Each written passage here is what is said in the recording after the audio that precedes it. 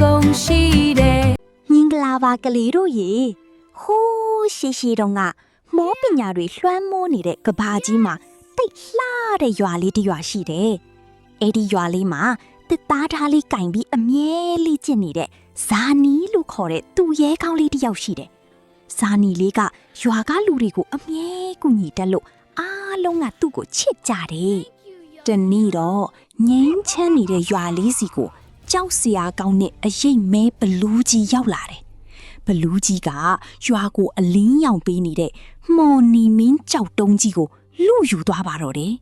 အဲ့ဒီအခါရွာကြီးတစ်ခုလုံးမှောင်မေးပြီးအေးခဲသွားရှာတယ်စာနီလေးကရွာကိုကယ်တင်ဖို့အတွက်အရိပ်မဲဘလူးကြီးနောက်ကိုလိုက်သွားဖို့ဆုံးဖြတ်လိုက်တယ်သူဟာမြင့်မားတဲ့တောင်တန်းကြီးတွေကိုဖြတ်ကျော်ပြီးဒန်ဒါရီတဲကအစွမ်းထက်မော်ဝင်ငကားဖြူကြီးရှိတဲ့နေရာကိုရဲရဲဝင်းဝင်းခရီးထွက်ခဲ့ပါတော့တယ်တောင်တိတ်ကိုရောက်တဲ့အခါဇာနီလေးဟာအယမ်းကိုလှပပြီးကြီးမားတဲ့ငကားဖြူကြီးကိုတွေ့လိုက်ရတယ်။အိုးငကားမင်းကြီးကျွန်တော်တို့ရွာလေးကိုကယ်တင်ဖို့ကူညီပါလို့တောင်းပန်လိုက်တယ်။ငကားဖြူကြီးကဇာနီလေးရဲ့ရဲရင်တဲ့နှလုံးသားကိုမြင်သွားတဲ့အတွက်ကူညီဖို့သဘောတူလိုက်ပါတယ်။စာနီလေးဟာ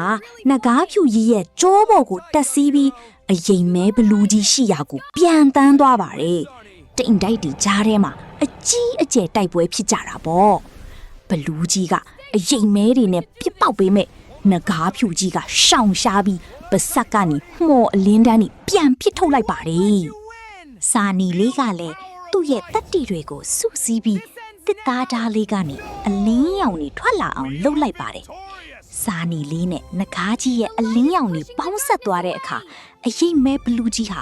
လုံးဝပျောက်ကွယ်သွားပါတော့တယ်။စာနီလေးလည်းမော်နီမင်းကြောက်တုံးကြီးကိုပြန်ရသွားပါတယ်။ရွာလေးကိုအလင်းရောင်ပြန်ရောက်လာတဲ့အခါလူတိုင်းကစာနီလေးကိုသူ့ရဲကောင်းအဖြစ်ချီးကျူးကြပါတော့တယ်။ကဲကလေးတို့ကြီးဒီပုံပြင်လေးကဘာသင်ခန်းစာပေးလဲဆိုတော့